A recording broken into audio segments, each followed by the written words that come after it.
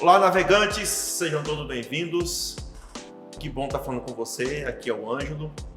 Antes de mais nada, eu quero agradecer a você que está nos assistindo e também eu quero agradecer as pessoas que já estão acreditando em nós, que nada já fazendo aí como se fala, um trocadilho com o nome, né? Pode acreditar, as pessoas estão acreditando em nós.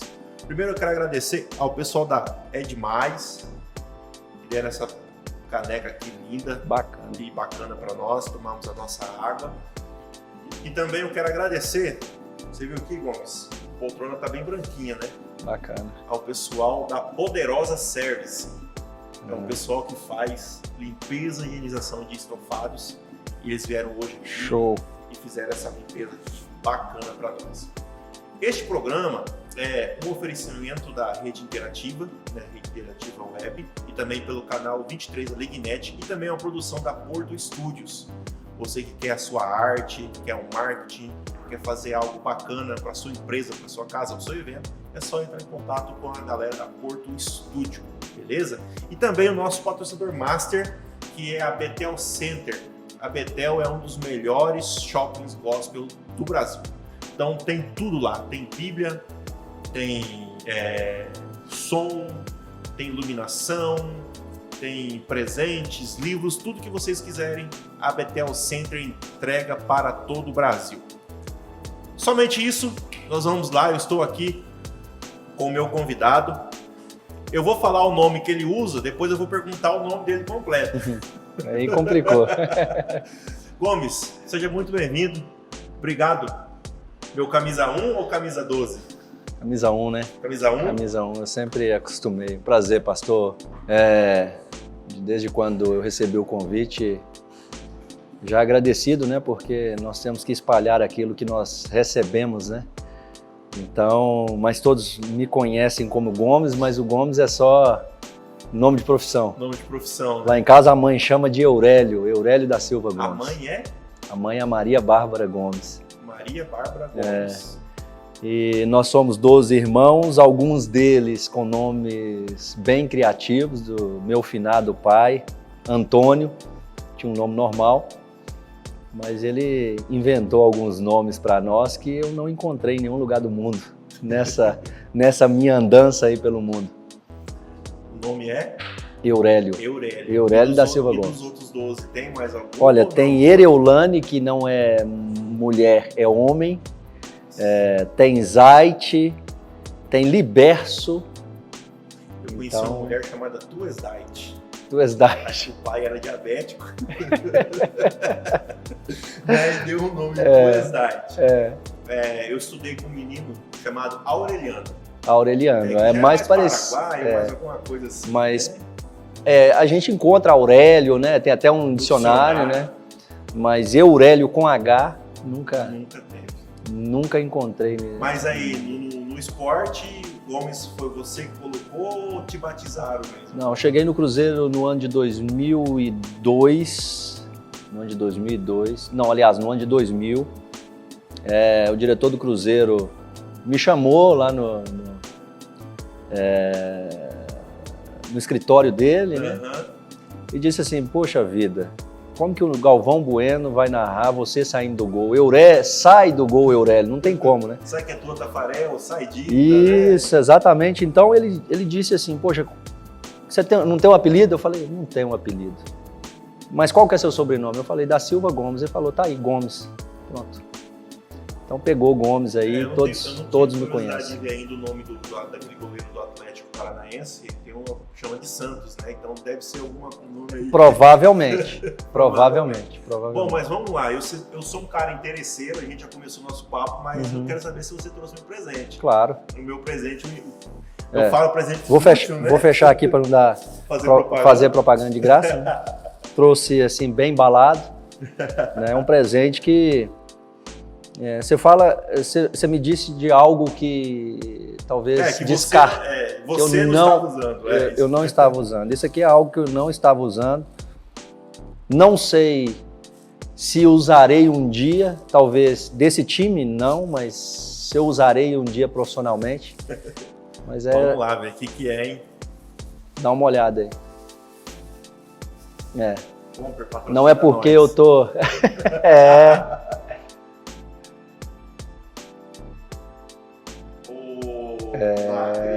Aí, ó. É uma camisa do Watford. Camisa do Watford.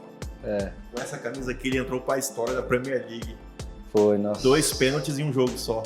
É isso exatamente. Não? Nós ganhamos um jogo contra o West Brom em 2015, na primeira temporada do Watford na Premier League. Vou deixar aqui para aparecer seu nome aqui. Na Premier League, então, Pra gente. claro. Não é algo descartável, mas é algo que... Muito útil. Eu não uso. Com Muito certeza, obrigado. Cara, obrigado mesmo. pendurei minhas luvas e as minhas chuteiras na temporada passada. Assinada pelo William. Pelo William. Pelo William. É uma benção. Tá no Arsenal, né? O William é uma benção. Foram co-irmãos de igreja também, né? Nós não congregamos, não congregamos juntos. Mas o William é uma pessoa assim que a gente sempre estava nas oportunidades em Londres, né? A gente sempre estava junto. Tanto o pessoal do Chelsea, né? Porque o brasileiro na Europa, principalmente jogador, quando tem a oportunidade, a gente sempre está junto. Né? E assim, são cidades próximas, não são? Eu morava em Londres. O Watford é tipo... eu posso citar Belo Horizonte, Betim, porque eu sou de Belo Horizonte, eu conheço bem a região. É a região metropolitana. O Watford dá 30 minutos do centro de Londres. Na verdade, a pessoa mora em Watford e trabalha em Londres. Exatamente. E lá, como o transporte é muito fácil, né? Você pega o trem ali, já está dentro do centro. Quando eu joguei no Tottenham, eu também morei em Londres, né? Algumas das minhas moradias foram sempre aos arredores, porque Londres é uma loucura. Os moram tudo próximo?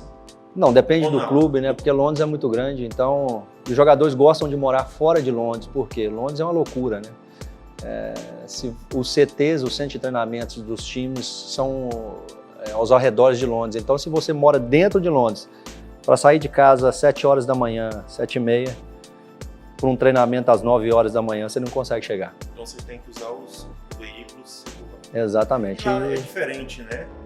Do torcedor brasileiro, né? Você consegue andar na rua. Sim. É assim, o pessoal é um pouco mais vergonhoso. Talvez eles querem chegar, mas a cultura não permite isso, entendeu? Ele sabe que ali você não está como um jogador. Exatamente, então, mas chegam. Sempre que podem, chegam e assim, nos tratam super bem. Algo que talvez o torcedor brasileiro nunca foi de respeitar tanto é na hora que você está jantando. Né? Aqui no Brasil eu já passei várias situações de talvez eu estar jantando e alguém quer tirar uma foto. Na hora que eu estou colocando a comida na boca, alguém quer chegar e tirar uma foto, né? Lá não, eles esperam um momento que você está livre para poder chegar e tirar uma foto, mas pedem a mesma coisa, normal. Puxa, legal. E como é a história de vida do Gomes? De onde o Gomes veio? Pastor, eu sou do interior de Minas Gerais, uma cidade... Aliás, eu nasci numa fazenda chamada Fazenda Santana. Minha mãe me teve lá sozinha, meu pai não estava em casa, ela mesmo fez o parto. Eu morei nessa fazenda, meus pais eram cuidadores dessa fazenda. Eu morei nessa fazenda, fica no município de João Pinheiro, noroeste de Minas. Morei nessa fazenda até meus 7 anos de idade, depois eu fui para uma cidade um pouco maior, 600 habitantes, um vilarejo chamado Canoeiros. Depois eu fui subindo até chegar a Belo Horizonte. Passei por Três Marias, Sete Lagoas, onde eu comecei a jogar numa escolinha do Cruzeiro. Depois fui para o Democrata de Sete Lagoas. Do Democrata de Sete Lagoas eu fui CRB, em Maceió, fazendo teste. Portuguesa de Londrina, Guarani de Campinas. Quando eu estava no Guarani, o diretor, esse mesmo diretor que falou, não, você vai ser o Gomes, me chamou porque ele tinha me visto jogar pelo Democrata, pelo Campeonato Mineiro. Cheguei no Cruzeiro em 2000, em março de 2000, e aí todo mundo já sabe a história aí do Cruzeiro. Mas o Gomes não começou no gol, né? Não, o Gomes não começou no gol. Você cresceu que é um Peter Crouch brasileiro? dele? Exatamente, com muito mais habilidade. Rapaz, desculpa, Peter, aí, mas e ele tem um podcast, né? Ele tem um joguei no Tottenham, joguei com ele. E ele tem um podcast muito bacana. Ele tem um podcast muito bacana, é muito inteligente. Assim... Ele rompe os 2 metros, né? Rompe os 2,1 metros. 2,1 metros. Eu, aos 14 anos de idade, pastor, vendo o sofrimento da minha mãe saía às 4h30 da manhã e para matar formiga em uma companhia de reflorestamento. Ela chegava às 5 da tarde, a gente não tinha água quente dentro de casa, banheiro a gente não tinha dentro de casa. Nós tínhamos um teto, louvado seja Deus por isso, nós tínhamos um teto. Que meu pai comprou com muito suor, mas a gente não tinha esses benefícios dentro de casa. E todas as vezes que a gente precisava tomar banho, a gente tinha que esquentar a água, levar num balde e tomar banho de caneca. E teve um dia que eu cheguei, minha mãe cansada, e eu vi ela, os olhos dela. Ela não tinha nenhuma lágrima escorrendo, mas eu vi a minha mãe muito triste. E naquele momento, eu já gostava tinha por volta de 14 anos de idade, eu já gostava de jogar futebol. É um moleque que não gosta, né? Exatamente. É muito raro, mas... Mesmo morando ali em Canoeiros, essa cidade grande que eu falei de 600 habitantes, o que a gente tinha lá de diversão era o futebol. Chutava talvez muitas vezes não tinha nem bola, ou a gente construía uma bola ali de meia, né, de saco. Mas nesse dia em específico, eu trouxe à existência talvez aquilo que talvez não era nem um plano de Deus para minha vida, né? Mas eu trouxe à existência talvez aquilo que não existia, porque eu fiz uma declaração para minha mãe com o coração, assim, algo espontâneo. E vendo a minha mãe triste, eu disse para ela: mãe, eu vou ser jogador de futebol e vou dar uma casa para a senhora, não se preocupe. E a minha mãe, meu filho, que sonho tão distante, né? No interior de Minas Gerais, e eu falando aquilo, e eu creio naquela palavra onde Deus traz à existência aquilo que não existe. Eu falo sempre que a palavra de Deus fala que Deus é quem sonda os nossos corações e Ele é quem conhece aquilo que talvez as nossas necessidades, né? Mas muito mais a intenção com que a gente vai fazer. Tiago fala que pedis e não recebeis porque pedis mal. Né? E aquilo ali, em nenhum momento eu pensei em mim, eu pensei no bem-estar da minha mãe. E eu falei: eu vou ser jogador de futebol. E ali eu já jogava na linha. E muito bem, era ponta direita, ponta esquerda. Eu nem jogava, eu gostava de jogar de 9, não. Eu gostava de jogar nas extremidades. Corria muito? Corria muito. Corria muito na fazenda? Corria muito na fazenda. Para pegar a galinha, então, passava debaixo daquela cerca de arame, as costas arranhadas. Vai ser lateral esse dia. É verdade. Então, eu jogava nos extremos, atacante mesmo. E aquilo eu coloquei na minha cabeça. Eu quero ser um Romário, eu quero ser, sabe, um jogador famoso para poder alcançar aquilo que era o objetivo que eu coloquei no meu coração. E as coisas foram passando, continuei jogando na linha até chegar em Três Marias. Em Sete Lagoas, quando eu cheguei em Sete Lagoas para morar com meu irmão, o objetivo era o futebol, conseguir alguma coisa. E eu comecei a jogar em bairros, né? Futebol de bairro. E como esses times de bairros é bem fechado, você não tem muito acesso, você não tem... Titular é titular e quem vai chegando vai indo. Aí você espera uma oportunidade ali, e aquelas oportunidades eram escassas para mim, no ataque. E eu falei: poxa vida, eu preciso de... né? Aí um determinado dia, faltou um goleiro. Eu tinha jogado algumas vezes no gol, mas brincando, não era algo. Faltou um goleiro e eu disse assim: poxa, o goleiro faltou, e agora? Eu falei: eu jogo no gol. E dali nunca mais saí. Então foi Democrata de Sete Lagoas, foi Cruzeiro, PSV. como foi a sua passagem na base? Porque Eu não da base não, eu falo porque você chegou com que idade no Cruzeiro? Eu cheguei no Cruzeiro com 19 anos. 19 anos. É. Mas então você jogou sub-18? Eu joguei sub-18. Mas nos outros você foi dispensado? Não, em nenhum deles eu fui dispensado. Eu fui do Democrata, eu era jogador do Democrata. Do Democrata eu fui para o CRB, fiz um teste, passei. Mas o meu empresário falou, não, talvez aí não, tinha uma oportunidade, já tinha um pedido. Ele me mandou para Portuguesa de Londrina, estrutura nenhuma, eu não tinha condições nenhuma. A gente, provavelmente uns 12 jogadores num quarto bem pequeno, várias cama beliche no chão. O pessoal dormindo no chão, sem estrutura nenhuma. E ali ele não via algo organizado. Para você... Aquele tempo talvez, mas com 19 anos eu já era bem alto já, mas era algo bem difícil. Então naquele momento todos os times aprovaram, mas alguns deles demoraram, igual o CRB a dar uma resposta, e nisso sempre surgia uma oportunidade. Eu já estava, a minha ida para Belo Horizonte, para o Cruzeiro, eu já estava praticamente acertado com o Guarani. Mas o meu empresário falou assim, não, acho que vai ser melhor para você aqui no Cruzeiro. E ele me falou assim, fala com eles que você, até falei uma mentira lá, fala que você está vindo para Belo Horizonte para buscar documentação, para Minas, para buscar sua documentação para você assinar. Nunca mais voltei no Guarani. Mas esses outros times eu sempre passei. Você está com esse empresário até hoje, não? Não estamos juntos. Mas se falam... Nos falamos. O cara foi muito bem.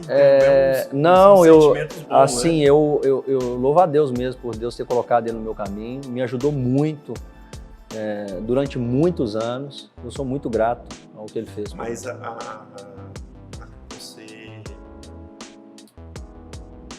Quando é que entra o Evangelho na sua vida?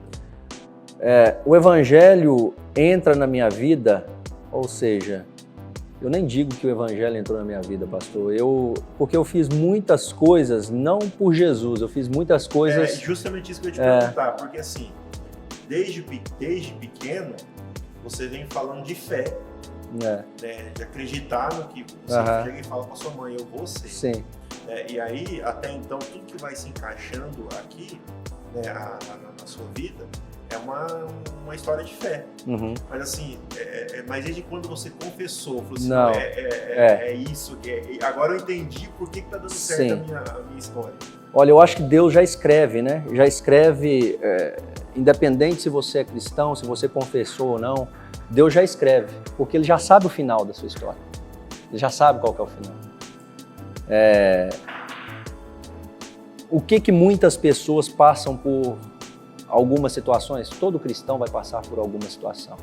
Mas se passar por situação sabendo que Jesus está do seu lado é uma coisa, agora você passar por uma situação sabendo que você não tem ninguém é totalmente diferente. E muitas pessoas talvez retardam esse processo de saber que tem um Deus que cuida das nossas necessidades. Eu sempre fui de fé, a minha família, eu não sou de um lar evangélico. Minha família é católica até hoje, mas eu creio eu creio que Deus vai transformar e a verdade vai entrar ali um dia no coração de todos, né? Eu sou o único convertido aonde eu confessei Jesus. Mas a minha história assim começa de transformação, de quebrar essas raízes, né? Talvez de idolatria, né? As raízes católicas. Eu tenho muitas pessoas, amigos católicos, são bênção demais. Mas a verdade é a Bíblia, então quando isso vem, né, aos nossos corações, a gente tem que entender que Jesus está chamando a gente para algo diferente, para viver com Ele, um Deus vivo, né? E quando, em 2002, eu conheci a minha esposa, a Flávia, quando eu a conheço, que a gente começou a namorar, entendi, aí comecei a frequentar a igreja com ela. Nunca tinha frequentado uma igreja evangélica. Intenções, com segundas intenções. Eu digo que eu me batizei na Getsemane, em Belo Horizonte. A gente frequentava o culto de libertação na sexta-feira com o pastor Luiz Henrique. Eu frequentava não por Jesus.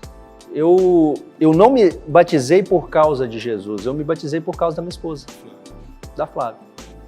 Porque se não fosse assim, eu não poderia, ela não casaria comigo. Porque ela foi, né, não vou casar na igreja católica, não vou no padre, é um pastor e tal. E eu, poxa vida, eu estava apaixonado mas eu nunca levei nada a sério. Deus fazendo sempre as coisas por mim e eu não fazendo nada por Deus. Né? Vivendo uma vida que não agradava ao Senhor. Né? As pessoas falam, mas você roubava, você é boa pessoa. Os bons, muitos bons vão para o inferno também. Porque não fez talvez aquilo, o processo que tem que ser para que você torne filho de Deus. Não são todos filhos, nós somos criaturas, né? A maioria é criatura. E hoje eu sou filho, eu sou filho, né? Porque eu tenho esse entendimento. Mas o evangelho entrou na minha vida de verdade, pastor, quando Deus me levou para o deserto, permitiu que eu fosse para o deserto. Isso depois de muitos anos de frequentador de igreja. Infelizmente, hoje em dia, muitas pessoas frequentando a igreja e não praticantes, né? Eu sempre falo que nós temos que ser ouvintes, praticantes e espalhadores de evangelho de Cristo. Não só ouvintes e praticantes. Até Deus me chamar de um lado e falar assim, vou deixar você aí um tempo para que você aprenda o que é me servir, né? Deus sempre fazendo por mim. Cheguei no Cruzeiro, sucesso. Cheguei no PSV, sucesso. Cheguei na Inglaterra, sucesso. Até um certo tempo. Aí lá na Inglaterra, Deus começou a me tratar. E quando nós entramos no mundo, principalmente no futebol, sem o conhecimento de Cristo, é um mundo muito obscuro. Porque as coisas chegam muito fácil, pastor. O acesso é muito fácil. Mulheres, sabe, eu nunca fui de balada, de noite, nunca fui assim. Mas quando acontecia, também praticava isso. E tudo fora daquilo que um verdadeiro cristão tem que ser. Deus precisava, porque Ele prefere te ferir do que te perder, né? Ele prefere te ferir do que te perder. Eu precisava passar por todo aquele processo para entender o que é ser um marido, para entender o que é ser um cristão de verdade. O cristão de verdade inclui todas essas coisas. Eu acho que inclui ser um marido diferente dentro do padrão. Como que pode uma pessoa, no padrão que você chegou, qual é o sentimento que ele tem para entrar no processo de depressão? Olha... Porque assim, a gente sabe que tem pessoa que tem depressão porque está dando tudo errado na vida. Uhum. Mas nós também temos gente que tem depressão porque o cara está no auge e... Pastor, é o vazio que só pode ser preenchido por Deus. Porque, assim, tem um vazio que só pode ser preenchido por Deus. Esse não tem dinheiro que preenche. Porque assim, se eu perguntar hoje, qual que é a sensação de jogar uma Champions? Maravilhosa. Mas eu não troco isso por... Eu falo hoje que o meu maior título foi aceitar Jesus. Ou aliás, Ele ter me aceitado. Porque Ele me aceitou primeiro. Entendi. O maior título que eu pude conquistar. E porque a sensação de coisas nessa terra é bom. As coisas do mundo são boas, né, pastor? As coisas do mundo, ela te atrai. Né? Mas, infelizmente, essas coisas do mundo te levam à perdição também. O dinheiro te leva à perdição. É uma bênção. O dinheiro também é bênção. Mas dinheiro, sem Jesus, ele te leva à perdição, porque você não tem a consciência de separar essas coisas. A linha é muito fina. Do certo e do errado. É muito fina. Então, o entendimento a própria Bíblia fala que as coisas de Deus são discernidas pelo Espírito de Deus. E quando você não tem um Espírito habitando dentro de você, você não tem como discernir determinadas coisas que parecem boas, mas não são. Tudo é possível, mas nem tudo nos convém. Então, eu entrei nesse processo após a minha esposa descobrir um adultério meu, em 2011. Eu comecei ali a mudar, mas não uma mudança genuína, não um arrependimento genuíno. Continuei ainda em uma vida de visitante de igreja. E aí veio um processo que uma ferida foi criada ali por causa do adultério no coração da minha. Estava na Inglaterra. Ali eu consegui naquele momento contornar a situação. A minha esposa já estava com as malas prontas para voltar para o Brasil. E naquele momento ali já começou a mudar o meu interior. Mas a Bíblia fala que nós não podemos ser nem frio, nem quente, né? Não tem, ou seja frio ou seja quente. Eu estava morno, né? Eu não estava quente. A Bíblia fala, ou você é de Deus ou não é de Deus. Né? E eu estava no meio termo ali, frequentava tal, mas ia na igreja e mal esperava o culto acabar para ir para um... Esse apostólico para voltar. Isso, para ir para um restaurante jantar. Entendeu? Então, eu não tinha esse discernimento de, poxa, eu precisava ali ter uma comunhão com os irmãos, eu precisava ali depois, Deus talvez queria me usar ali mesmo, né? E Deus usa mesmo sem entender, Ele usa quem Ele quer. E esse processo foi passando e anos assim, eu pensando que estava tudo bem no meu casamento. Mas aquela ferida lá de 2010 ficou muito profunda na minha esposa. Ela não conseguiu me perdoar por aquilo. E não foi sarada aquela ferida. Quando é 2017, a minha esposa chega em mim e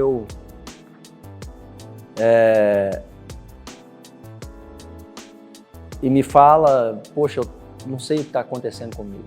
Todas as vezes, e muitas vezes nas sextas-feiras, quando eu saía para concentrar, eu sempre ligava para ela à noite, ela falava assim, eu sentia que ela estava chorando. 2016, no início de 2017, sentei com ela à noite, o que está acontecendo? Ela falou, Gomes, eu não quero sentir o que eu estou sentindo.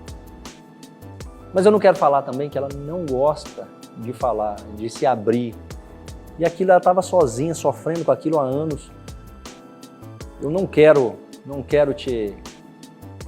falar porque eu não quero te machucar. E ela disse assim, poxa, é um sentimento que eu não queria estar sentindo porque eu sei que vai te machucar. E o que estava acontecendo? Aquela ferida lá atrás, ela disse que o amor dela já não existia mais por mim. Então ela me via como um irmão, como um amigo. E ela estava chorando porque ela não podia, ela mesma, fazer com que aquilo acabasse. Com que ela pudesse voltar a sentir aquilo que ela sentia antes do início. Né?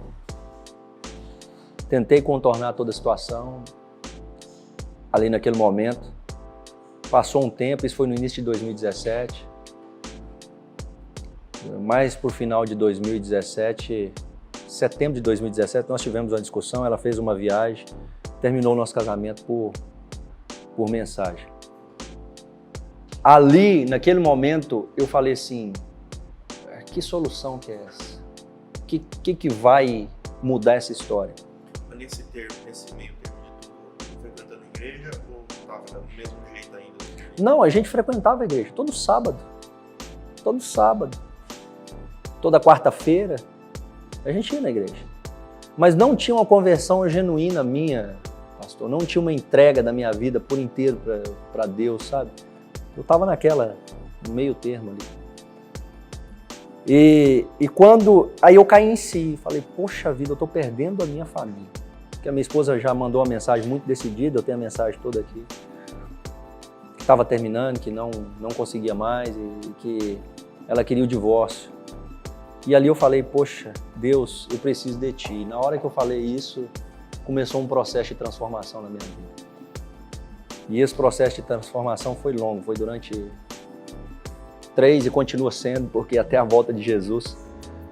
Mas talvez aquilo que eu não entendia antes, eu comecei a ter entendimento. Chegou 2018, eu pensando que as coisas poderiam, né, contornar, a gente vivendo na mesma casa, na mesma cama. No início de 2018 eu já não queria mais que eu ficasse no quarto, desci para o meu quarto de guerra, e ali é onde eu comecei a ter experiências com Deus. E experiência sobrenatural, de relacionamento com Deus que eu nunca tive, de tempo de oração. E eu comecei a construir ali um alicerce em Cristo Jesus, da minha vida. Porque o maior desejo de Deus é fazer um milagre para nós. O maior desejo de Deus é te dar um milagre. Mas primeiro Ele tem que consertar a sua vida para que você possa receber esse milagre. A transformação individual é o ponto principal para o alcance do milagre. Porque se não há transformação do indivíduo, Deus não vai entregar um milagre assim para a gente jogar fora. E eu não poderia receber naquele momento, talvez naquele processo ali, porque eu não estava transformado.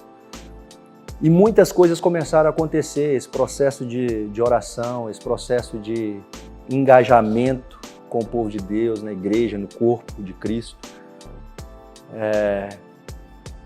Comecei a fazer coisas que eu não fazia, pregar, o pastor começou a me dar oportunidade de levar a palavra, coisas assim em poucos meses. Deus começou a me dar uma leitura bíblica que eu não tinha antes. Comecei a ler a palavra e ali fazia planos diários, devocional todas as manhãs. E eu comecei a fazer aquilo que eu poderia ter feito antes e evitado tudo isso. Né? Porque nós podemos evitar certas coisas, com certeza. A nossa obediência. Eu brinco assim, né? Mas é uma verdade. Eu brinco porque eu falo brincando, até por causa que o autor da frase, né? É o Thales Roberto, né? Que também pisou no tomate algumas vezes. Uhum. Mas tem um louvor dele que ele fala assim: é fácil viver em paz, mas é a gente que complica tudo. Exato. Com certeza. É muito fácil as coisas, é a gente que vai complicando no caminho. Eu digo uma coisa, e no meu caso, família é projeto de Deus. A maior intenção de Deus é que nós vivamos em comunhão e em família. Né? Por isso que a gente fala família da igreja, né? Os irmãos, e isso é algo... Eu não sou carne com meu filho, mas eu sou carne com minha esposa. Então é algo muito sério, e eu comecei a perceber isso, durante isso, que Deus iria realizar. E Deus começou a falar através de pessoas. A minha sede era tanta de transformação, e também que aquele processo todo, aquilo que eu estava vivendo, fosse transformado também, que se eu tivesse 3 dias no Brasil, de folga lá, eu vim no Brasil, como aconteceu. Eu vim para uma marcha para Jesus durante 3 dias. Eu tinha que, um dia, uma noite para outra, voo, fui para o interior de Minas, a Caiaca, que é a cidade do Giovanni, que jogou comigo no Cruzeiro, um atacante. Nós fizemos uma marcha para Jesus lá. O cara que fez o gol de falta da Copa do Brasil. Esse mesmo. Pastor, bênção demais. Eu lembro desse gol. Pastor, bênção demais. Gol, acho que o Miller era dessa época? O Miller chegou nele e falou com ele. Exatamente. Torando por você. Exatamente. Mas ele fala que Deus mostrou para ele aquele gol, visão. Ele tem dom de visão. É uma bênção o Giovanni. Hoje a gente congrega lá, ele tem ele é um dos líderes da Getsemane Orla, a Orla da Lagoa da Pampulha. Né? Então, eu vim e lá Deus usou uma irmã que eu nunca tinha visto, essa mesma aliança aqui, e ela falou assim: olha, vejo essa aliança amassada, mas Deus diz a você hoje que ela vai ser restaurada. Não está quebrada essa aliança. Eu nunca tinha visto aquela mulher, ela nem me conhecia. E Deus começou a falar e começou a ter uma transformação na minha vida, pastor. E E aí eu comecei a ter experiências com Deus assim, sozinho, né? Comecei a cumprir um papel de um cristão, né? E tentar ter uma vida mais próxima possível da santidade. Qual foi o processo? Como foi o processo de cura da sua esposa nesse período? Jesus. Só, né? Jesus, porque ela não aceitava ninguém falar com ela, poucas pessoas sabiam. Ela queria o fim, né? Ela queria o fim, não tinha mais. Ela falava para os meus filhos, filho, não tem volta. Tanto que, né, lá na frente nós vamos chegar nessa parte. Eu não sei o tempo que nós temos. 2018 chegou um dia muito difícil, para mim foi um dia muito difícil. Foi quando, em agosto, 10 de agosto de 2018, nós tivemos que separar de casa. O nosso contrato de aluguel lá estava acabando e ela falou que não queria que renovasse naquela casa, que ela queria ir para outro lugar. Eu falei, não faz sentido eu morar aqui, a casa é grande. E naquele dia, aí eu comecei a fazer um grupo no WhatsApp com os irmãos, tal. Gente, ora para que Deus faça um milagre antes do dia 10 de agosto. E nós entramos nessa corrente, mas não era tempo de Deus ainda. Eu não estava totalmente transformado ainda para receber esse milagre. Naquele dia foi doído. Aí eu fui para um apartamento. Como eu tinha uma vida complicada, principalmente em termos a mulheres, eu evitava de sair de casa, porque eu sabia que Satanás poderia usar alguém naquele processo para atrapalhar tudo. Internet. Exatamente, para atrapalhar tudo. Eu não saía de casa, talvez para um jantar sozinho. Eu ia da minha casa para o treino, do treino para a igreja, reuniões de homens, só. Evitava ao máximo nesse processo. Não, eu estava na igreja que ela também frequentava. Eu fui para a Aliança depois que Deus deu um direcionamento, porque eu via ela ali todas as vezes e, poxa, era difícil para mim, né? Eu estava na CCL, Comunidade Cristã em Londres, o pastor Hamilton. E ali Deus usou uma pessoa, provavelmente eu tenho esse livro aqui, a capa desse livro. É um escritor de um livro motivacional. Ele é inglês, mora nos Estados Unidos, na Pensilvânia, cristão. Ele me mandou esse livro, e na capa do livro estava escrito em inglês, é claro. O melhor de Deus, isso em novembro de 2018. O melhor de Deus para você e para sua esposa ainda está por vir, na dedicatória do livro. Ele é torcedor do Watford e mora lá. Eu falei, você estava no auge do Watford? Tava. Pegando tudo. E em casa daquele jeito. Em casa daquele jeito. Então, ele me mandou isso, eu falei, poxa vida, Deus, eu creio que o Senhor pode, mas desse jeito, não falei. Aí eu até olhei para um lado assim, no momento eu olhei para um lado assim para ver se tinha alguém olhando, né? Eu falei, não é possível que alguém falou porque eram poucas as pessoas que sabiam. Esse cara lá dos Estados Unidos, e ele foi muito específico, ele pode falar assim, o melhor de Deus para você e sua família, né, ainda está por vir. Normal de assinar um livro. Exatamente, né? Ele falou, o melhor de Deus para você e a sua esposa ainda está por vir. E naquele momento a gente não entende, né? Porque talvez a gente quer ver algo, né? Mas não é por vista. A nossa fé não é por vista. É por aquilo que Deus está fazendo. É que negócio, né? Deus pode mexer essa água, mas eu quero ver. Exato. Água, vamos ver. Exatamente. Se um anjo não descer aqui e se revelar, a gente fala assim, poxa, não é de Deus, porque não foi revelado. E muitas vezes assim nós somos, né? Mas naquele momento eu segui minha vida, ela seguiu a vida dela, e eu muito próximo de Deus, e Deus foi fazendo na minha vida, mas nesse mesmo ano ela já tinha pedido o divórcio, e eu falei, não quero, não vou te dar o divórcio. Aliás, em 2018, Teve um momento que eu falei assim, eu comecei a entender, pastor, eu comecei a ver vídeos de YouTube sobre o casamento, sobre restauração, eu entrei em grupos no Telegram de restauração de casamentos. Muitas pessoas, algumas pessoas que estão nesse grupo, Deus restaurou o casamento, nós temos contato até hoje. Uma irmã lá de Curitiba, é bênção demais. Deus restaurou o casamento dela há pouco tempo, vai casar agora de novo, ela já tinha separado, o divórcio, já tinha saído do divórcio. Mas ela vai casar agora, ela até me mandou o convite agora em maio, dia 5 de maio. Ela me mandou o convite para ser online, para participar do casamento dela online. Mas Deus transformou a vida, e por isso que eu digo que Deus transforma. Sua família é projeto de Deus, não sei qual é a câmera aqui, talvez aquela lá. Sua família é projeto de Deus, meu irmão, minha irmã. Independente daquilo que esteja acontecendo, eu creio que Deus quer fazer na sua vida. E olha como é interessante, né? Você está no auge da sua crise, do casamento, mas de carreira você estava bem, né? E com Deus também, porque Deus te dando inspiração, te dando mensagem, dando tudo.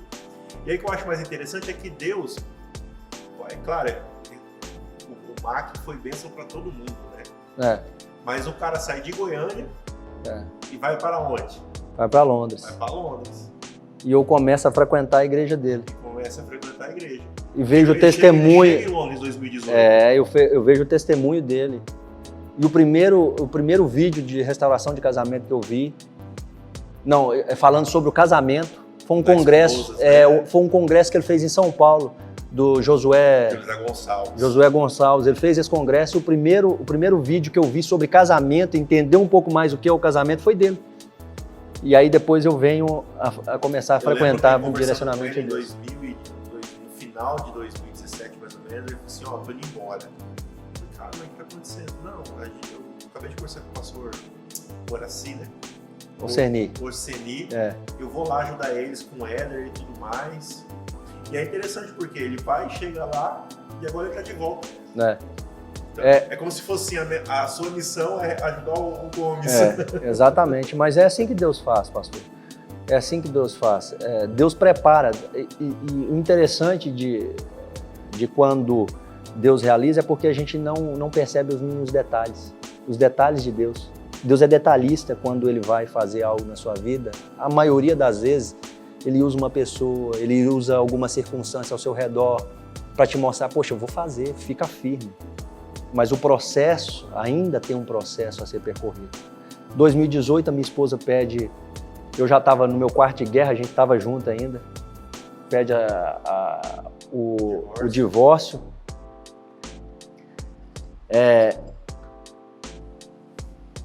E aí, eu ia consultar a Deus. Ela falou, poxa, eu não quero, vamos fazer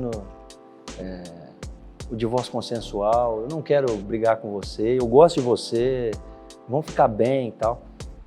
Naquele momento, assim, fiquei em paz, mas eu fui falar com Deus. Deus, olha, e eu em lágrimas, minha esposa quer, e eu também não quero brigar com ela, e o Espírito Santo de Deus cessa as minhas lágrimas naquele momento e fala assim, você quer agradar a mim ou a ela?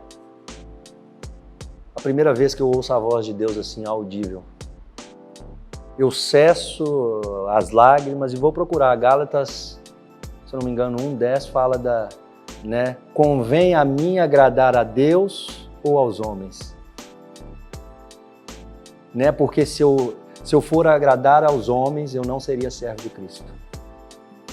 Se eu não me engano, o apóstolo Paulo diz isso. Aí então eu fui, confirmou na palavra e eu voltei e falei assim, olha, se você quiser entrar com um divórcio litigioso, você vai, mas eu não vou colocar a mão nisso, porque não é algo de Deus. E fui. Chegou novembro, chegou isso. Aí eu já tinha esquecido, eu pensei, ela não vai entrar. Dia 10 de janeiro de 2019, a carta de divórcio chega na minha casa. Já estava em casa separada. Naquele momento eu falei, Deus, o que eu faço? Chorei mesmo diante de Deus e falei, meu Deus, eu estou fazendo aqui, minha vida é essa hoje, o Senhor está vendo.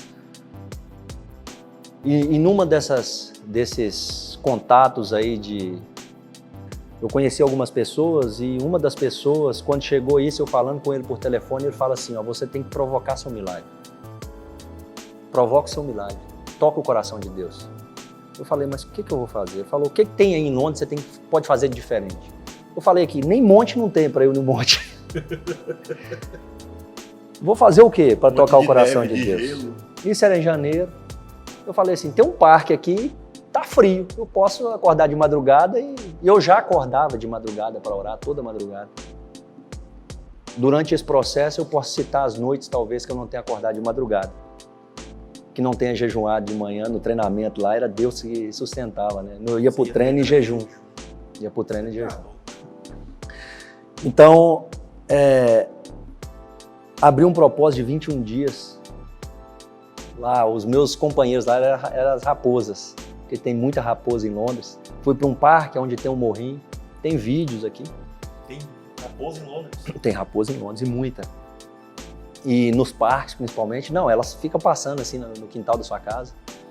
É como se fosse cachorro. Como se fosse cachorro. Onça aqui em Corumbá. Isso.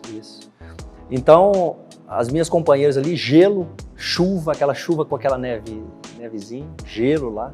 Londres é mesmo cidade cinzenta? Cidade cinzenta. Chuva. O dia que sai um sol lá, você tem que tirar uma foto para guardar de lembrança.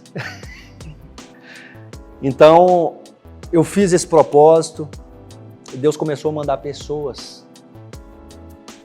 Depois desse propósito, eu comecei 21 dias ali, de madrugada, toda madrugada, 3 horas da manhã, acordava, era mais ou menos uns 5 minutos de casa dirigindo, pegava o carro, ia lá só eu. E Deus. Voltava para casa, no outro dia treino cedo. Isso foi minha vida durante todo esse processo. Junho de 2019 vem a primeira audiência. Nessa primeira audiência, a gente não sabia porque era lá, ela entrou com o processo lá. Porque nós temos passaporte inglês também, nós casamos no Brasil, mas nós temos passaporte inglês, então é validado lá um divórcio, mas é validado. Estava aqui ou estava lá? Estava lá. Então, mas aí você fala que... Você não sabia como ia acontecer. Exatamente. Né? Como que é a justiça. Como que é a justiça lá. E aí já começa a entrar não só o problema aí que nós queremos chegar, não só o problema do divórcio em si, da minha família, mas aí eu já começo a lidar com outros fatores. Deus queria me tratar em outras situações também. A minha vida profissional começou uma lesão na coluna, recebi o divórcio em janeiro, uma lesão na coluna em janeiro, fiquei 1 mês fora, eu era titular absoluto do Watford. Quando eu voltei, o treinador não me queria mais no time. Tu queria no time? Não me queria. Como titular. Como titular. E aí, naquele momento de frustração ali, eu falei algumas coisas para ele. E a nossa relação, a partir daí, não foi nada boa. E aí começou o problema dentro de campo, problema fora de campo, o divórcio para sair, né? Assim, a audiência em junho. Até que Deus me levou em um dia a pedir perdão pro treinador. Deus me confrontou com relação a isso, do perdão, né? Você vai se humilhar, mas eu vou te exaltar lá na frente, né? Eu estava com um contrato para terminar, eles não queriam me ver mais lá, o treinador já tinha pedido para que eu saísse, eu tinha mais 1 ano de contrato, mas pediu para que eu saísse, queria pedir para que eu saísse. E quando isso acontece, nós fomos para uma pré-temporada nesse mesmo ano na Áustria. E ali, Deus falava muito comigo quando eu estava sozinho, assim, caminhando sozinho ou dirigindo. E o Espírito Santo de Deus me confrontou naquele momento e falou assim, poxa, é hoje que você vai pedir perdão para o treinador por causa desse problema que eu tive dentro de campo. E isso foi uns 3 ou 4 dias. Deus, sabe, o Espírito Santo de Deus claramente falando comigo. Deus preparou um dia e falou, é hoje que vai acontecer. Saiu todo mundo do campo, só ficou os 2 que eu precisava conversar. Fui lá conversar. pedi perdão porque tinha acontecido aquilo e me coloquei à disposição do time. Nesse ano a gente foi para a final da Copa da Inglaterra, as coisas consertaram, Deus, através do perdão, Ele abriu porta, meu contrato vencia, eles me deram mais um ano de contrato a pedido do treinador. A situação ali mudou totalmente, através de um pedido de perdão. Por isso que eu falo que perdão, ele abre portas também, além de tirar um peso, não da vida daquela pessoa que você está liberando perdão, mas da sua vida. Vai parar de dormir com essa pessoa na cabeça, né? Porque muitas vezes a gente dorme com a pessoa ali. E Deus começou a trabalhar em todos os lados da minha vida, né? O perdão foi algo porque Deus sabia o que eu iria passar lá na frente. Eu precisava liberar o perdão lá na frente também. Então Ele precisava tratar disso. Deus tratou muitas coisas, Deus tratou conserto durante esse processo, conserto que eu tinha que fazer lá atrás. É algo que é feio talvez para o homem falar, admitir, mas é algo que é um testemunho. Eu joguei com Augusto Recife no Cruzeiro. A gente morava junto no mesmo apartamento. Não sei se você lembra do Banco Real, que hoje é o Banco Santander, veio o Aaron Bank. A gente recebia o salário no Banco Real. E como eu morava junto, a gente fazia muita transação naquela época por telefone. Você tinha um código e por telefone automaticamente você transferia dinheiro e tudo. E nessa época chegou uns dados da conta do Augusto Recife para mim. Lá para casa, eu abri, curioso, era a senha da conta dele com os dados da conta dele. A senha do telefone. Eu fui transferir um valor da conta dele para minha conta. Poxa vida, pastor, isso é um roubo, é uma coisa que eu fiz que, sabe, é inaceitável isso. E Deus fez com que eu consertasse isso com o Augusto Recife. Durante todo esse processo, Deus fez eu lembrar dessa situação de 2003, 2002. No ano de 2002 para 2003 é que eu estava morando com ele. Deus me fez lembrar dessa situação que eu mesmo já tinha esquecido. Dessa situação lá atrás. O Espírito Santo de Deus, quando eu ia para casa e me incomodava nessa situação, para que eu pudesse falar com o Recife e consertar essa situação. E teve um dia que foi muito forte, eu tive que fazer. Assim como eu tive que liberar o perdão, pedir perdão para o treinador e liberar o perdão também, eu tive que fazer isso. E a primeira coisa que eu falei para o Augusto Recife foi: Augusto Recife, você é crente? Mandei uma mensagem para ele, porque eu não sabia, na época ele não era crente, ele não tinha se convertido, mas louvado seja Deus, ele já tinha, nesse processo todo, se convertido. Eu sou, mas por quê? Cara, eu tenho que falar algo assim, difícil de falar, para um homem falar. Mas eu expliquei para ele: olha, eu estou vivendo isso na minha família, isso. Deus quer que eu conserte algumas coisas na minha vida e essa é uma das coisas que Deus quer que eu conserte. Deus quer que eu te restitua. Eu nem sei o valor, mas Deus já tinha colocado no meu coração um valor. Um valor porque eu te roubei lá atrás, cara. E ele: que isso, Gomes? Você não precisa fazer isso e tal. Não, mas eu preciso fazer isso, eu preciso consertar com você. Manda a conta aí. Fui transferir um dinheiro para ele, pastor. Ele não me falou que ele estava precisando daquele valor, mas a reação dele, Deus usou aquele conserto para abençoar a vida dele. Naquele momento ele estava precisando de um valor daquele. E Deus usou aquela situação de conserto para abençoar a vida dele também. Então ali, por isso que eu falo, Deus estava preparando tudo para que lá na frente eu colhesse. Mas eu muita coisa precisava ser transformada dentro de mim. Foi passando, 2019, segunda audiência, eu descobri onde era o fórum e comecei todos os dias de madrugada, durante 7 dias, eu dei uma volta declarando que ali não haveria divórcio, dava uma volta no quarteirão do fórum, no 7º dia, ali como foi os muros de Jericó ali, no 7º dia eu dei 7 voltas e declarando mesmo que ali não haveria, porque Deus já estava na causa. Audiências foram canceladas, na Europa a audiência ser cancelada, por eles ainda. Eles que eram mais interessados, a parte da minha esposa era mais interessada. E eu nessa batalha, mas vem um momento de fraqueza da gente, que fala assim, poxa vida, Deus, até agora já são praticamente 2 anos e meio de luta, né? Eu já estava praticamente 2 anos e meio, 2 anos de busca intensiva, de transformação minha. E quase 3 anos de deserto ali eu estava. E aí, eu não via, com os meus olhos, eu não via uma solução. Quando em novembro de 2019, eu descobri que a minha esposa já estava com uma outra pessoa. Aí que eu falo que Deus estava me preparando com relação ao perdão, porque eu precisava liberar o perdão lá na frente. E quando eu descubro isso, aí eu caio. Poxa, aí eu caio. E a minha oração foi assim, Deus, eu já perdoo a minha esposa. A minha primeira oração.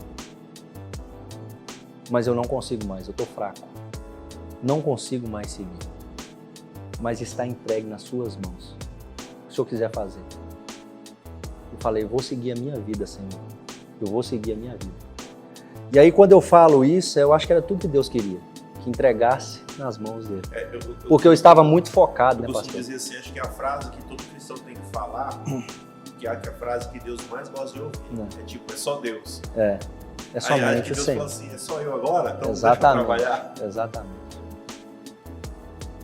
Nesse mesmo novembro, início de dezembro de 2019, Deus começa a trabalhar no coração dela. Deus começa a falar com ela. Mandar pessoas, uma das pessoas, a esposa do pastor Mac. Ela era com o pé atrás com todo mundo, com todo cristão, mas a esposa do pastor Mac Anderson, ela se abriu. E a gente sempre tinha um dia que a gente saía, a gente sempre preservou nossos filhos com relação a isso. Mas tinha um dia que nós saímos em família. Normalmente ou quarta-feira ou quinta-feira, dependia da minha agenda de jogos, para jantar com os nossos filhos. E a partir desse momento, nós continuamos a sair, mas diz ela que começou a me ver mais bonito. Eu falei assim, poxa, é milagre mesmo, Deus é bom em milagre, né?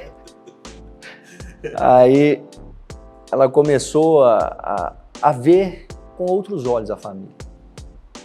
E eu já tinha desistido. Aí inclusive hoje mesmo eu estava vendo umas mensagens, eu comecei a procurar advogados aqui no Brasil para adiantar o processo de divórcio. Que eu achava que Deus não ia fazer mais. Por mais que Deus já tinha falado, chegou um momento da minha vida que eu não aguentava mais. E Deus conhece esse momento. Então, eu comecei a procurar e já nem aí para ela. Nós passamos Natal de 2019 juntos. E ali naquela noite, eu cheguei lá nessa noite e vi diferente. Por quê? Ela falou assim, poxa, tinha uma tal pessoa aqui fazendo maquiagem em mim. Eu falei, maquiagem para passar nós 4, o Natal, a noite de Natal? Tem alguma coisa. Mas eu não notei, né? Mas aí depois eu vi os detalhes, né? Eu te falei dos detalhes. Para passar, e ela muito bem arrumada e tal. Ali Deus mostrou para ela, essa família, e diz que ela relata que Deus falou assim para ela, é essa família que você está perdendo. Essa é a família que você está perdendo. Aí Deus começa a trabalhar no coração dela. Ano novo eu estava concentrado, não pude passar o ano novo, que normalmente eram as 2 datas que a gente passava juntos. Não pude passar. E nessa noite, o Espírito Santo de Deus, ela gosta de trabalhar, muitas vezes, mexer até tarde. E essa noite, porque os meninos, ela passou com os meninos, né, com as crianças, e me ligou meia-noite. Antes de dormir, eu liguei para eles, desejando feliz ano novo, né, feliz ano de 2020. E nessa noite, quando ela chegou, ela continuou em casa lá, e né, ela colocou os meninos para dormir, ela foi tirar um papel de parede na casa dela lá para colocar umas coisas da loja dela. E aí o Espírito Santo de Deus falou com ela nessa noite, olha, ele está voltando para casa, em voz audível. Ela assustou, né? Mas ela fala que ela quis resistir ali. Não tem jeito, o processo de divórcio já está em andamento, agora até ele está querendo e tal. Mas ela nunca, a partir de novembro, quando aconteceu isso, que Deus começou a trabalhar no coração dela, ela nunca mais falou de divórcio, mas praticamente todos os dias ela me ligava para uma posição, e aí? Né? Não vai andar, não sei o que tem. Ela não falou, ela se calou, porque Deus já estava trabalhando no coração dela. Entrou janeiro. Os dois se cansaram, né? Exato. Ela cansar de resistir. Você cansou de resistir ao divórcio. Exatamente. E aí onde é que Deus entrou Exatamente. no cansaço dos dois. Exatamente. Então, pastor, janeiro, eu já com a cabeça já liberta, assim, sabe, dessas coisas, dela mesmo. Eu falei, não, eu tenho que me amar, eu tenho que fazer, né? Eu tenho que me amar para eu amar o próximo, porque se eu não me amar, como que eu vou conseguir amar o próximo? Então, mas eu recebo um e-mail de uma, se eu tiver a liberdade aqui, pastor. Sim, por favor.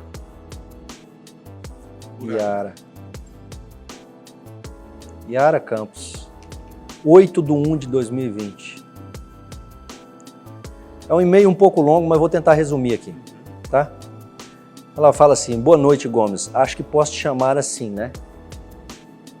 Pergunto, pois vi aqui na Inglaterra te chamam pelo seu primeiro nome, não é mesmo? Lá eles me chamam de Aurélio mesmo, né? Só o nome que é nas costas, porque é prática do inglês. Mas bom, deixa eu começar me apresentando. Me chamo Yara, não sei se você vai lembrar de mim, mas já vi você umas 3 vezes pessoalmente. A primeira foi no bazar que vocês fizeram na casa de vocês ano retrasado. Depois te vi no restaurante. Flavinha, já tem um tempo, nos encontramos na entrada, mas algo rápido. Pela última vez, tem tanto tempo, daí foi no aniversário da Júlia. Beleza. Bom, mas estou te escrevendo tudo isso para poder chegar em um assunto que eu sei que é muito de vocês dois. E peço licença e desculpa pela invasão. O casamento e o divórcio de vocês. Bom, vou fazer um resumo aqui. Eu conheci a Flavinha através da Renata e tal, e depois de um tempo estamos ficando bem próximos. Participo do grupo, de um grupo delas lá. Daí, por algumas afinidades, estamos nos aproximando mais. Porém, sempre vejo a Flavinha, a Flávia, minha esposa, mas chama de Flavinha, bem discreta e pouco fala sobre o casamento e, consequentemente, o divórcio. Mas outras pessoas falam. Meio chato isso, eu sei. Mas aí mesmo, sem a Flavinha querer falar, todo mundo comenta que vocês estão em processo. Daí ontem eu fui almoçar com ela, logo após uma reunião que estivera com seu advogado. Nossa, ela estava muito mal. Tentou despistar, porém sem sucesso. Assim que chegamos, acho que ela até estava falando com você. Percebi e me afastei para ter liberdade. Aí ela falou mais algumas coisas, mas também não era por menos. Passar por um processo, eu sei bem como é, pois eu também sou divorciado. E foi tudo muito difícil. E como me arrependo, ela fala. Porque foi ela que quis. Mas isso não vem ao caso. Na verdade, um pouco. Pois sempre compartilho quando tem espaço. Ou vejo que a Flavinha me dá um pouco de espaço. Daí falo sobre a minha experiência e já disse a ela que não estou aqui para fazer ela mudar nada. Apenas sinto necessidade de compartilhar, mas ontem ela estava mais falante, apesar da tristeza. Vi que ela queria falar, desabafar, porém acho que algo ainda prende ela de fazer isso por completo. Não sei bem o que sinto, é o que sinto. Ela quer, mas trava às vezes. Daí, ali ficamos por 2 horas até o horário dela buscar os filhos na escola. Mas durante esse almoço eu fiquei bastante atenciosa em um ponto que ela disse. Aí ela vai me matar se souber que eu te falei. Aí é um e-mail bem extenso, mas só para a gente ilustrar esse e-mail aqui, pastor.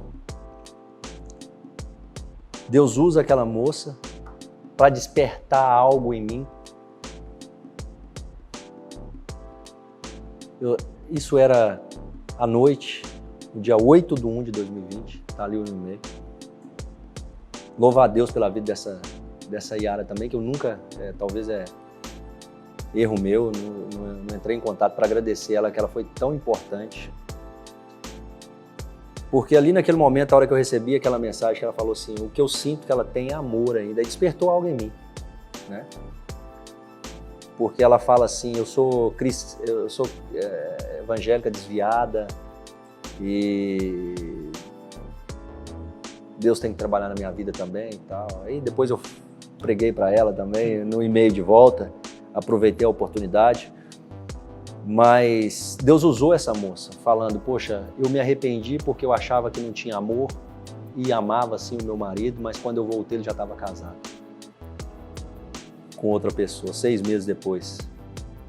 E naquele momento, pastor, eu fiz uma oração assim, Senhor, eu sei que o Senhor pode todas as coisas, né? Não sei qual que é a situação de momento, mas aí eu ainda faço uma oração assim, exigindo de Deus. Se é mesmo isso que o Senhor quer para a minha vida e para a minha família, que parta da minha esposa e que eu receba aquela mulher que eu conheci. Eu quero a minha esposa de volta, aquela Flavinha que eu conheci. Pronto, fui dormir. Fui dormir. Isso na sua casa? Isso na minha casa, eu sozinho. Fui dormir no dia 14 de janeiro, nós saímos para jantar. Vi a Flávia falante, dando muita atenção para mim, falante. Ela sempre foi muito simpática comigo. A gente, apesar das discussões de divórcio e tal, ela sempre foi muito simpática comigo. Mas eu via coisa diferente, mas nem passava pela minha cabeça. Fomos deixar ela em casa. Fui deixar ela em casa como sempre eu fazia, com os meus filhos depois do jantar. E ela fala assim, Gomes, eu quero falar algo com você. Pedi os meninos para sair, os meninos entraram para casa. Ela fala assim, você sabe que eu sou bem decidida, né?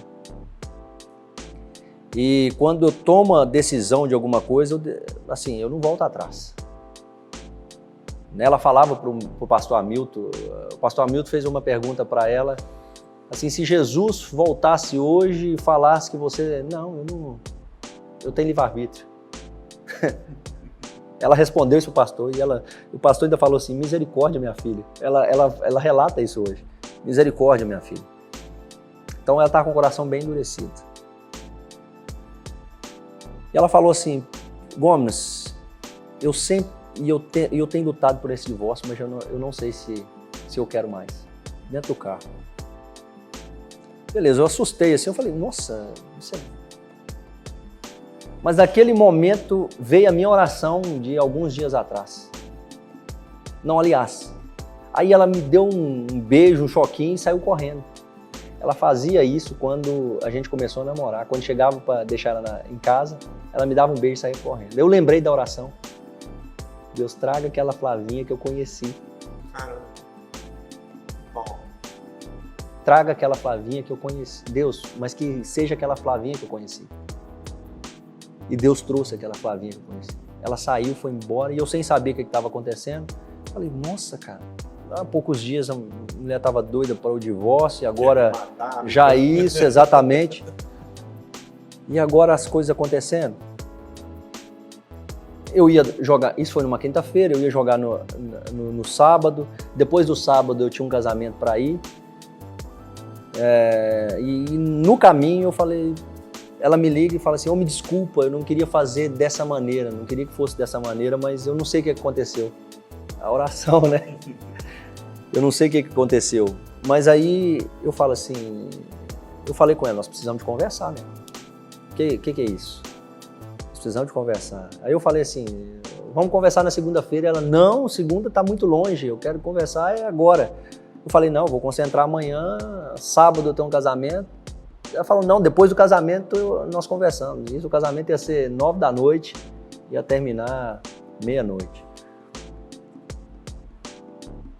E marquei com ela da gente se encontrar e conversar, colocando tudo em cima da mesa, todos os nossos erros, de um para com o outro. E naquele momento eu falei assim, Vamos fazer uma oração aqui para que Jesus cele isso, para que a gente viva. Eu quero ser o sacerdote do lar hoje, eu quero ser o líder espiritual da minha casa. A gente, durante esse tempo todo, a gente praticamente nunca orou junto pelas nossas famílias, vai ser diferente agora, por nós. Vamos selar aqui hoje, não vai ter mais conversinha, a gente vai selar aqui hoje. E Deus restaurou no dia 17, ele já tinha feito isso no dia 14, mas no dia 17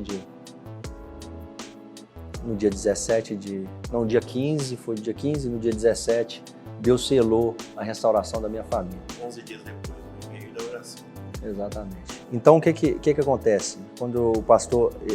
Eu tinha que contar esse testemunho, pastor, para chegar à pergunta que você me fez, quando que o evangelho entrou na sua vida. O evangelho verdadeiro mesmo, aquilo que a gente... que eu entendo hoje que é ouvir, praticar e espalhar, entrou há 2 anos e meio, 3 anos da minha vida, de verdade. Eu conheci a Deus de ouvir falar, mas eu tive uma experiência com Deus de uma forma sobrenatural. Exatamente. Não tem muito tempo, mas isso tem sido transformador. O Gomes hoje preferia enfrentar o Cristiano Ronaldo na final ou passar pelas lutas que ele passou? O Cristiano Ronaldo na final. Com certeza. Com certeza. Mas eu falo uma coisa, pastor, talvez as pessoas achem assim, o deserto é bom, porque é no deserto que você tem comunhão com Deus. Na verdade, o deserto é necessário. Sabe o que eu gosto de dizer? Na questão o deserto é necessário. Na verdade, deserto, quando você vai para o deserto, quando o povo ficou no deserto, o povo morava em quê no deserto? Em tendas. E tenda é o quê? Tenda não é algo fixo.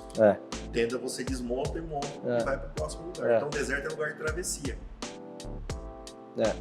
Só que quando você chega na Terra Prometida, você pensa que vai descansar. Mentira.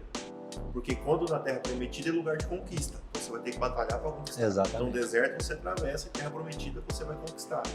A Bíblia fala pra gente, cuida do que está de pé para que não caia, né? Hoje, a minha vida é exatamente, com a minha esposa, com a minha família, é exatamente aquilo que o rapaz escreveu para mim. É exatamente o que o rapaz escreveu para mim, falando assim, o melhor de Deus para você e a sua esposa ainda está por vir. Hoje tem sido algo sobrenatural, nós temos vivido. E olha, pastor, meu casamento foi restaurado 15 dias antes da pandemia em Londres, o lockdown. Lá você não poderia visitar mesmo se fosse da família, você não poderia visitar um ou outro. Nós passamos 5 meses juntos, eu, ela e os nossos filhos, dentro de casa. Nesse lockdown eu aprendi a cozinhar para minha esposa, coisa que eu não fazia. Eu aprendi a viver em família de verdade, porque família não é só você conseguir uma mulher, ou a mulher conseguir um homem e casar ali, não.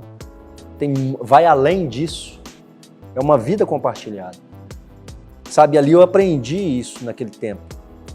Deus fez tudo no tempo certo, porque Ele sabia que se eu passasse esse tempo sozinho na minha casa, eu poderia ter um troço lá, na parte humana. Eu não ia ter, mas Deus sabia qual que era o processo, o tempo certo de fazer isso.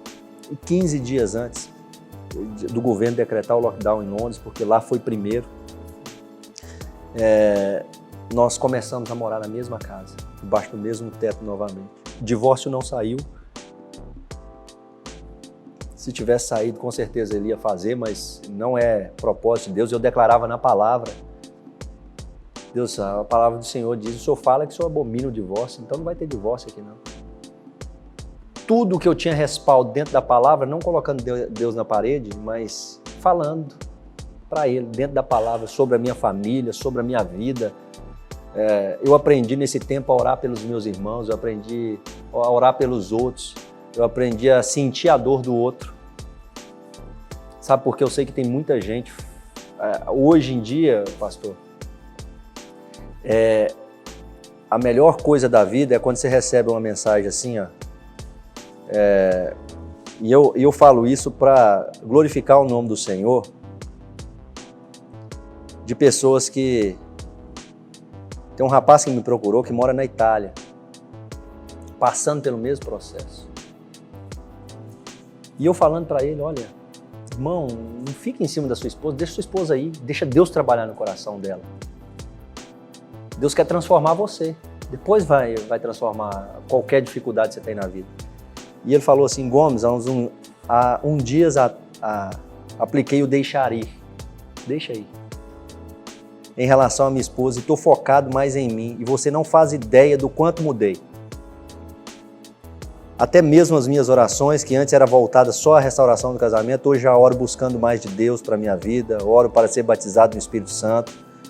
E, poxa, mudei meu foco. E assim como a história do filho pródigo, que o pai insistiu com o filho para ficar, eu parei de insistir. E agora só oro pela vida dela. E sei que um dia ela voltará, assim como o filho pródigo. Obrigado pelas dicas. Então, pastor, a gente vê que eu louvo a Deus porque Deus ele não quer que a gente passe por isso, mas Ele vai usar essa circunstância para que outras pessoas possam ouvir isso também. Como você disse no início, né, o futebol tem fácil acesso a tudo, né? Então, um cara do meio também para fazer esse testemunho, essa pregação, evangelizar os jogadores também é mais fácil. É um mundo que a gente, da mesma coisa que tem coisas que a gente pode se perder, tem muito acesso também hoje para que a gente possa evangelizar também. E graças a Deus hoje eu posso testemunhar, coisa que Deus tinha falado, que Ele iria usar a minha vida para que outras famílias fossem restauradas também. E com certeza não é o fim. Não é o fim para ninguém, para nenhuma família, mas depende do posicionamento. A Bíblia fala que quando nós nos aproximamos de Deus, Ele aproxima de nós. Justamente. Nós precisamos dar um passo em direção a Deus. Deus é um cavalheiro, Ele não vai tomar a posição primeiro. Eu sempre digo que toda ação nossa provoca uma reação de Deus. Toda ação nossa provoca uma reação. Então, se a gente agir para o lado de Deus, para as coisas certas, Ele vai agir, Ele vai reagir ao nosso favor. Então, a relação de pai e filho, né, também, né? Eu gosto muito de dizer que, assim, igual você falou, Deus gosta de nos abençoar. Mas o pai, ele sabe que o filho está querendo aquilo. O pai sabe. Mas o pai só vai dar se o filho pedir. Exato. Então, às vezes, a gente perde de ganhar algo porque a gente não abre a boca para pedir. Exatamente. Então, assim, essa relação também da gente pedir mais a Deus. Porque, assim, a sua história, ela vai muito, mesmo você não tendo, não sei se eu posso dizer, é um predestinado, né? Teve a história de fé. Tudo aconteceu e tudo se encaixou na relação daquilo que as coisas iam acontecendo. Dentro da sua, por exemplo, teve a sua história da Tríplice Coroa, o Cruzeiro em 2003, né? Eu acho que você chegou a jogar aqui contra o Vasco, não chegou não? Joguei aqui contra o Vasco. Joguei contra o Vasco. Em 2003. Foi antes da apresentação da seleção. Eu acho que eu estava na seleção sub-23 naquela época, em 2003, e foi antes dessa convocação aí. Qual que é a esfera de Copa do Mundo? É algo indescritível. Copa do Mundo é algo assim fora do normal, assim. A gente é o sonho de todo jogador, de todo atleta na sua profissão é chegar na seleção. Agora, você tá numa Copa do Mundo eu tive a oportunidade de participar em 2010. Deixa eu te perguntar algo assim, indescritível. Indescritível. Como foi o vestiário depois do jogo contra o Holanda? Todo mundo muito decepcionado, né? Porque eu sempre falo que aquela seleção foi a última seleção de verdade do Brasil. Os jogadores que tinham ali, assim, ainda eram respeitados. Infelizmente, hoje, qualquer seleção vem e quer ganhar do Brasil e acha que pode ganhar do Brasil. Eu pensei que aquele jogo ia deitar. O Robinho já metendo gol de cara. Nós também achamos. Eu acho que por isso que a gente foi pego de surpresa. Nós também achamos que a gente ia muito bem. O time estava muito confiante. Apesar do extracampo com o Dunga e a imprensa não tá bem, mas o time estava muito confiante. Isso não afetava. Não nos afetava. O professor era tranquilo com o time. Não, ele é muito tranquilo. Todo mundo gostava dele. Ele sempre foi muito justo com os jogadores. O Doni ele levou sem estar jogando. Mas porque o Doni foi bem com ele lá atrás. Sabe? Então.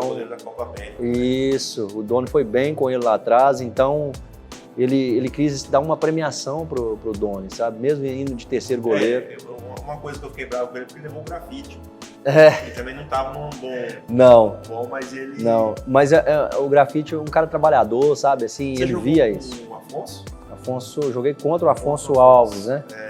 Joguei foi contra. A aposta dele. Isso. Joguei contra o Afonso Alves, na Holanda. Afonso Alves estava arrebentando na Holanda e joguei contra, quando eu cheguei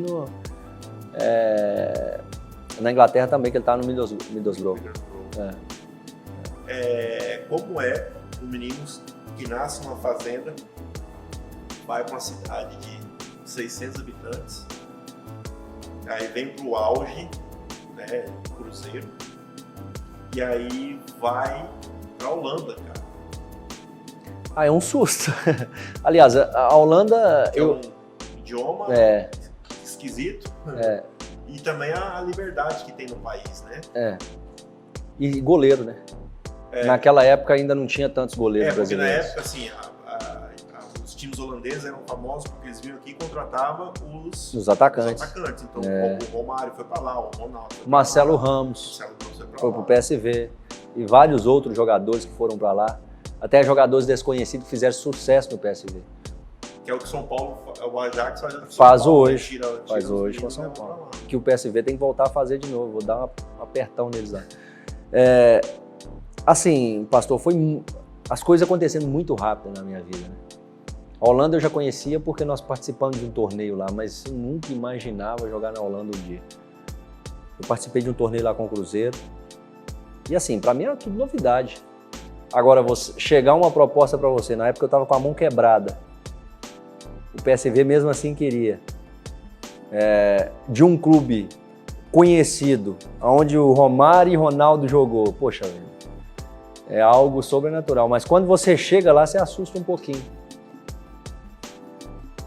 Porque você tem contra você tem o idioma, você tem a cultura, você tem o frio. Você foi casado? Fui casado. A minha esposa ficou grávida do meu primeiro filho, quando eu cheguei lá, 2 meses depois que a gente estava lá. São europeus os filhos?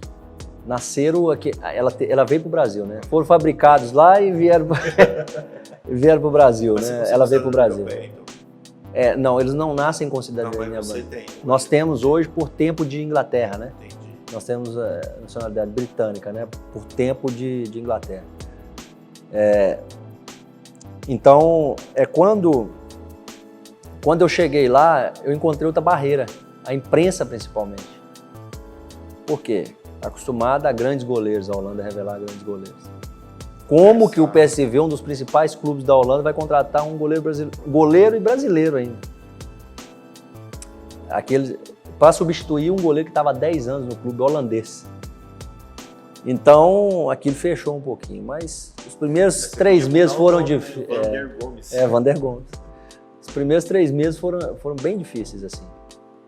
Mas depois, quando eu comecei a jogar e entrar no ritmo, aí foram 4 anos de títulos. 4 anos de títulos. Você jogou a Champions com o Ajax, né? Com o PSV, né? Com o PSV.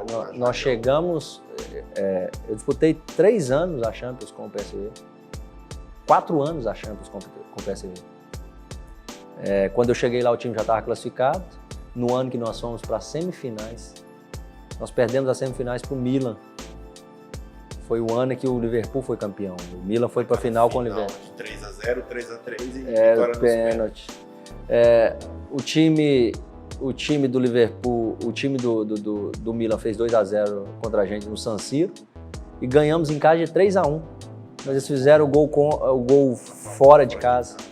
Então isso contou, mas era um timaço o nosso time do PSV, assim, bem montado pelo Guzzirin. Como que um jogador no auge, você está na história hoje da Premier League, porque você é o único jogador que pegou 2 pênaltis por 2 equipes diferentes no mesmo jogo. Isso. E do Watford, foi até interessante que acho que eu vi um vídeo no seu Instagram. Você realmente garantiu a vitória do time, né? Porque a vitória foi de 1-0. Foi 1-0. Você pega 2 pênaltis e naquele jogo foi interessante que a gente atingiu a marca de 40 pontos. A marca de 40 pontos da primeira temporada nossa na Premier League. Que te dá segurança para te manter na primeira divisão. Então foi um jogo assim sensacional. Deus é bom demais comigo, pastor. Assim como com todos nós, né? A gente tem que olhar os detalhes. E como que eu fui o brasileiro hoje nesse áudio tudo e fala, vou parar. Assim, é algo que eu já estava há algum tempo já.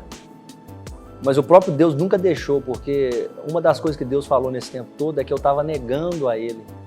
Mesmo sem falar dele, eu estava negando. Mesmo aceitando Jesus, mas muitas vezes a gente aceita Jesus, mas nega porque eu tinha um espaço ali que eu poderia alcançar várias pessoas e não estava fazendo.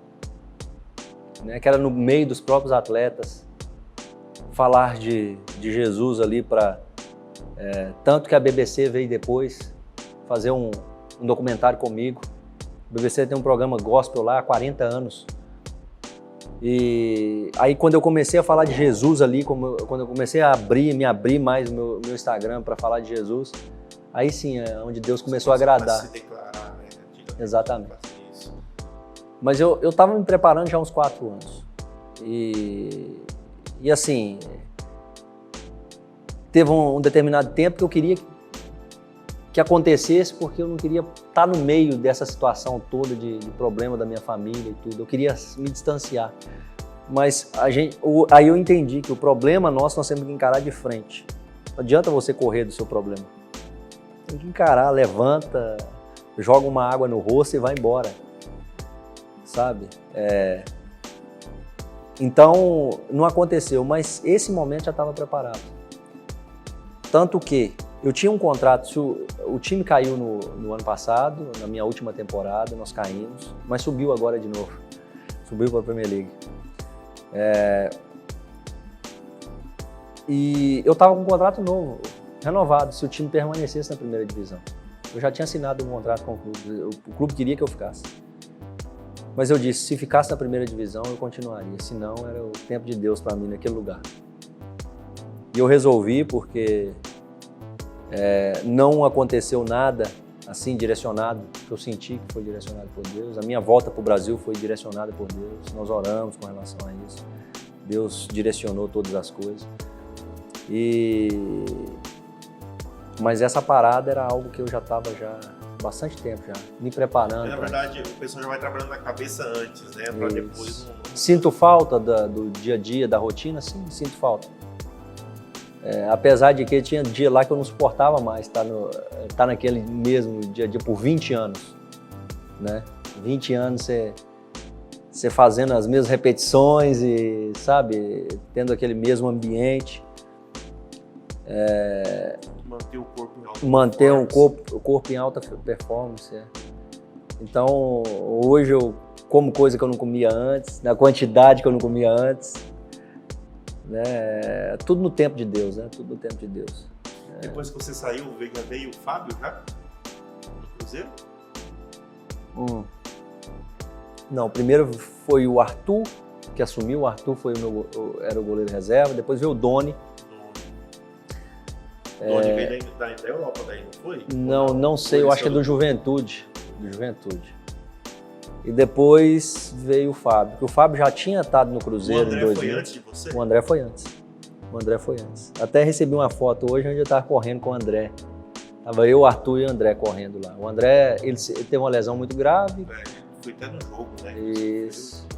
E aí logo depois o Jefferson assumiu, depois eu assumi, mas o André ficou muito tempo no departamento médico e perdeu mesmo aquele ritmo que ele estava no Cruzeiro.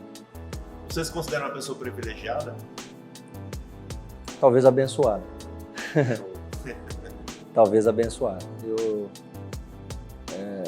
Deus não privilegia ninguém, mas Ele abençoa, eu creio. Mas nós temos que estar abertos para receber essas bênçãos também. Mesmo sem entendimento, eu acho que o nosso coração tem que estar sempre voltado para as coisas boas. E aí Deus vai trabalhando com circunstâncias, muitas vezes, uma coisa que não é bíblico, mas meu pai sempre falava, se você não aprender por bem, meu filho, você vai aprender com as cabeçadas do mundo. Né? E eu creio que a vida com Deus é essa também. Se a gente não abre os nossos olhos, se a gente não ora para que Deus abra os nossos olhos espirituais, para entender, uma coisa que eu aprendi muito nesse tempo é direcionamento, sabedoria principalmente, Deus dá de graça, né? Mas eu creio que eu sou uma pessoa abençoada, sabe? Porque tudo que aconteceu na minha vida é onde a palavra de Deus fala que todas as coisas cooperam para o bem daqueles que amam a Deus, né? Então, eu creio que todas as coisas cooperam, até as coisas ruins, até esse deserto, para que eu pudesse chegar hoje e poder falar de boca cheia de um Jesus que pode todas as coisas, que salva principalmente. As pessoas ficam esperando de Jesus uma casa, um carro. Isso já é bênção nossa, já lá desde Abraão. Nós temos acesso a isso. Mas primeiro nós temos que ter um conserto no nosso redor para que a gente possa alcançar isso genuinamente. E a casa da sua mãe você comprou onde? A primeira coisa, pastor, a primeira coisa que eu fiz quando eu recebi o primeiro prêmio do Cruzeiro, eu construí a casa, já era uma casa dela, essa casa que ela estava sentada lá no toquinho de madeira do lado de fora, onde ela estava triste, que eu falei para ela que eu ia ser jogador de futebol e ia dar uma casa para ela. Eu renovei a casa toda lá, porque ela não queria sair de lá. E ela veio para Sete Lagoas, depois que meu pai faleceu em 2006, ela veio para Sete Lagoas, onde todos os meus familiares, meus 11 irmãos moram, irmãos e irmãs. Já construí uma casa para ela num condomínio lá em Sete Lagoas. E para a graça de Deus, agora que eu estou finalizando um projeto lá que era um sonho que Deus colocou no meu coração, que era dar uma casa para cada um dos meus irmãos, que é um andar de 8 apartamentos. E um desses apartamentos ela vai morar lá também, para que os meus irmãos possam estar próximo dela e cuidar dela na velhice. Né? Então, é algo que Deus tem feito, tem honrado, tem direcionado, porque nós não vamos levar nada dessa terra. Gomes, obrigado pelo esse papo, essa conversa. A gente vai terminar. Eu vou começar uma frase, eu queria que você terminasse essa frase, o que você sentir no coração. Uhum. Essa casa é sua. Toda vez que você vier em Campo Grande, Obrigado. Pode ter certeza que eu vou querer tirar uma casquinha. Obrigado. Porque eu sei que você é uma pessoa que tem muito a acrescentar para mim. Amém. Como companhia, como em tudo, como cristão. Amém. Pode ir. Quem tá dentro aí para ensinar essa? Todd é o nosso diretor. Maravilha. E não precisa cortar não, viu, diretor? Você pode deixar enrolado no negócio. Obrigado, mano. Tá? Deus abençoe. Isso aqui eu vou deixar junto com a camisa que eu tenho do William lá. Maravilha. Pendurado. Antes de mais nada, se você quiser fazer propaganda do seu empreendimento em Campo Grande aqui, fica à vontade. Galera, o pessoal que passar aí na 14 de julho aí, na Beco Acessórios, principalmente as mulheres, né? Ou os maridos também que não souberem comprar um presente para as esposas. A Beco Acessórios ali, nós temos 3 lojas ali na 14 de julho. Uma loja preparada para vocês com muito carinho. Quando eu conheci Campo Grande no ano de 2005, eu vi em Campo Grande uma possibilidade de negócio, né? Claro. E nessas minhas andanças eu vi muitas lojas bonitas pelo Brasil, principalmente em Minas Gerais. E eu quis trazer esse conceito de loja hoje para Campo Grande. Você vai vestir a sua esposa aí, ou as próprias esposas irão se vestir, presente para a mãe, por um valor que é acessível a todos os bolsos. A gente precisa de patrocinador. A todos os bolsos. Vai ser muito bem recebido, porque uma coisa que a gente preza é o atendimento. As pessoas têm que sair de lá falando bem. As 3 lojas são na 14, né? São na 14 de julho. E se não acontecer, por favor, me manda uma mensagem. Pessoalmente, eu vou responder você, se não for bem atendido lá, porque nós prezamos pelo um bom atendimento e que vocês possam ser bem atendidos do jeito que merecem. Show de bola. Bom, eu vou começar a frase e você termina. Vou tentar. Você é muito nerd, pastor. Eu ainda posso acreditar. Em todas as coisas. Legal. Então é isso. Obrigado, mano. Deus abençoe. Eu já quero aproveitar e mandar um abraço pro Éder, pastor Éder, da Aliança Church, lá em Londres. Pastor Mark Anderson, da Family Church em Goiânia, que foi um canal de bênção que nos apresentou. E desde quando tem aquela voz do Mark, né?